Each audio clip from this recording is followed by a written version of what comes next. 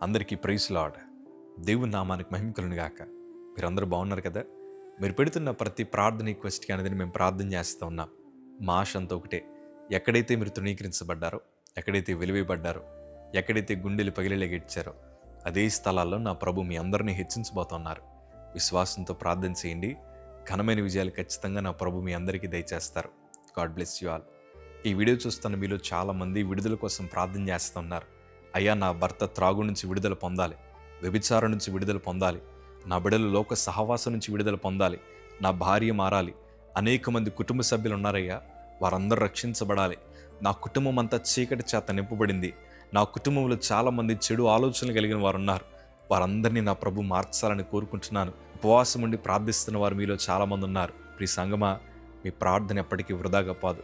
మీరు చేస్తున్న ప్రతి ప్రార్థనకి తగిన ప్రతిఫలాలు 100% నా ప్రభు మీకు అనుగ్రహిస్తారు. దేవుని వాక్యాల్లో నన్ను ఎంతగానో బలపరిచిన ఒక అద్భుతమైన సందర్భం అది. అపోస్తుల కార్యములు 16వ అధ్యాయము 25వ మాట చదవగలిగితే, అయితే మధ్యరాత్రి వేళ పౌలు శీలయు దేవునికి ప్రార్థించుచు కీర్తనలు పాడుచుండిరి, ఖైదీలు వినుచుండిరి.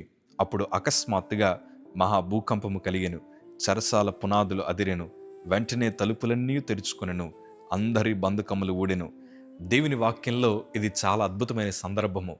అర్ధరాత్రి వేళ పౌలు శీలలు ప్రార్థించడము, ఆరాధించడం ప్రారంభించారు. ఆ ఖైదీలందరూ వింటున్నారు. ఎప్పుడైతే వీరు ప్రార్థన ఆరాధన ప్రారంభించారో ఆ చెరసాల పునాదులు కదిలెను, మొత్తం అందరి బంధకాలు ఊడబడ్డాయి, వారి చెరసాల తలుపులు తెరవబడ్డాయి. కానీ అక్కడ జరిగిన అద్భుతమైన సందర్భం ఏంటంటే, ఎంతో క్రూరమైన ఖైదీల యొక్క హృదయాలు మార్చబడ్డాయి. వారి చెరసాల తలుపులైతే తెరవబడ్డాయి, కానీ వారందరూ క్రీస్తు ప్రేమ చేత బంధింపబడ్డారు. ఎంత చక్కటి మార్పుని దేవుడు ఆ చెరసాల్లో కలుగజేశాడు తెలుసా? కారణమంతా ఒకటే.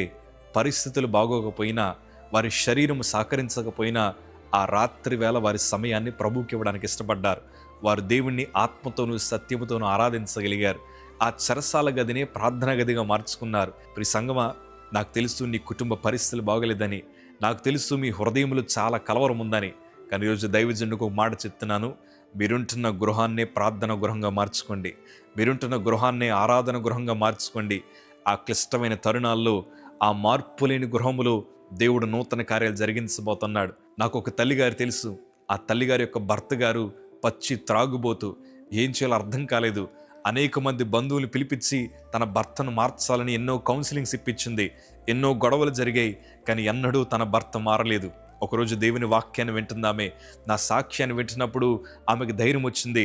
అయ్యా, జోషి గారి యొక్క తల్లిగారు ప్రార్థన చేస్తే ఆ క్రూరమైన మనస్సును మార్చావు కదయ్యా, నేను కూడా కలిసి ప్రార్థన చేస్తానని పిల్లల్ని కూడబెట్టుకుని ప్రార్థించడం ప్రారంభించింది. గొప్ప మార్పు ఏంటి తెలుసా?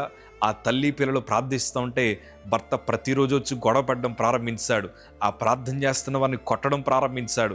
ఆ ప్రార్థన చేస్తున్న వారు దూషించడం ప్రారంభించాడు. ఆయన కొడుతూ దూషిస్తూ అలాగ రోజులు గడుస్తున్నాయి. ఒకానొక రోజు వారు ప్రార్థిస్తుండగా ఆ భర్త వారి మీద చేయి చేసుకోలేదు. ఆ రోజు ఏ బూతులు తిట్టలేదట. ప్రార్థనంతా ముగించుకున్న తర్వాత ఆ తల్లిగారు మనసులో అనుకుంటున్నారు, నా భర్త ఇంకా రాలేదేమో, ఇంకా నిశ్శబ్దంగా ఉందేంటి ఇల్లంతా అని ఆమె చూస్తూ ఉంటే ఆ సోఫాలో కూర్చొని ఆ భర్త ఏడుస్తూ ఉన్నాడు. అయ్యా, ఎందుకు ఏడుస్తున్నావు? ఏమైంది? ఎవరన్నా ఏమన్నా అన్నారంటే ఆ భర్త అన్న మాట్లాడి తెలుసా? మీరు ప్రార్థిస్తుండగా మీ చుట్టూ బలమైన వెలుగుని నేను చూడగలిగాను. మీరు ప్రార్థిస్తుండగా బలమైన కంచెని మీ చుట్టూ చూడగలిగాను. ఆ వెలుగు నేను తట్టుకోలేకపోయాను. మీరు ప్రార్థిస్తున్న దేవుడు గొప్పవాడు. నేను మారు మనసు పొందుతాను, నేను మందిరానికి వస్తాను, నేను రక్షణ పొందుతానని ఆ భర్త గొప్ప సాక్ష్యం చెప్పాడు.